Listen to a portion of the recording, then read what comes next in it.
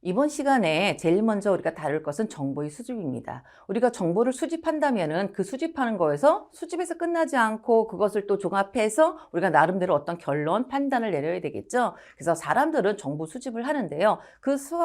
정보를 수집하는 과정에서 나타나는 부분이 사회적 추론이 있습니다. 사회적 추론이라는 것은 있는 그대로의 사실은 아닙니다. 그 안에 우리 어떤 추측 이럴 것이다 하는 우리의 어떤 생각도 같이 들어가는 거겠죠. 그래서 사람들이 어떤 정보에 귀를 기울입니다. 그럼 여기서 이제 정보라는 것은 뭐 귀를 기울인다는 의미가 뭐냐면 쉽게 말해서 정보를 오감에 의해서 받아들이죠. 그래서 뭐 시각, 청각, 후각, 미각, 촉각 일반적인 이제 오감, 육감까지 표현해서 정보를 받아들였습니다. 그러면 그 정보를 다시 정리를 해야겠죠. 모두 합해서 정리를 하여서 판단을 내립니다. 그런데 어떻게 그 정보들이 어떤 정보를 받아들여서 어떻게 정리해서 어떻게 취합해서 어떻게 정리해서 어떻게 판단하는가를 내리는 그 과정들을 우리는 이제 그 안에서 사회적 추론의 분야입니다. 그래서 어떻게 사람들은 정보를 수집하는가. 그러니까 여러분들 지금 이 강의를 듣고 계십니다. 그런데 어떻게 정보를 수집하십니까? 지금은 여러분 화면을 보시니까 어때요? 시각적으로 이 내용들이 보이시죠?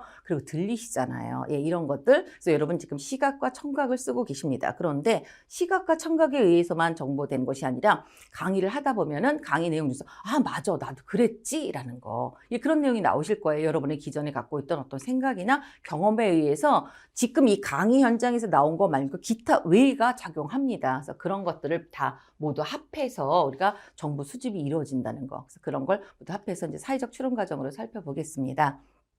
우리가 이제 추론을 할 때는요, 두 가지로 나누겠습니다. 하나는 서술적인 방략이 있고, 두 번째는 이제 합리적인 추론 방략이 있습니다. 그래서 방략이라는 말이 조금 불편하긴 한데 원 교재에 이 말을 써 있기 때문에 그냥 이 교재의 내용으로 쓰겠습니다. 그러니까 우리는 서술적인 뭐 방법이다 아니면 서술적인 방법의 전략이다 이렇게 이해를 하셔도 되겠죠. 그래서 서술적이라는 것은 사람들이 실제로 판단을 하는 과정이 서술적이라는 것입니다. 그리고 이것은 비논리적입니다. 그리고 오류와 편향을 또 가지고 있어요. 그러니까 우리가 실제 정보를 수집해서 정보에 대해서 판단을 할 때는 그것이 논리적이지 않다는 것입니다. 그래서 그것은 본인이 생각한 대로 이렇게 서술하는 것처럼 이런 어떤 특징이 있다는 것입니다. 근데 또 하나의 정보를 수집하는 방법은 합리적인 추론 방법입니다.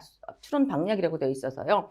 합리적이거나 규범적인 어떤 모형에 따라서 우리가 논리적이거나 수학적입니다. 그래서 이 부분은 서술적인 방략이 오류와 편향이 있다면 합리적인 추론은 오류나 편파의 가능성이 조금 더 낮고 배제됐다는 것입니다. 그럼 우리는 어떤 것을 써야 될까요? 예, 살아갈 때 얘가 바람직하죠. 그런데 실제적으로 여기 말대로 실제적인 것은 서술적인 방향을 더 많이 쓴다는 어느 특징이 있습니다.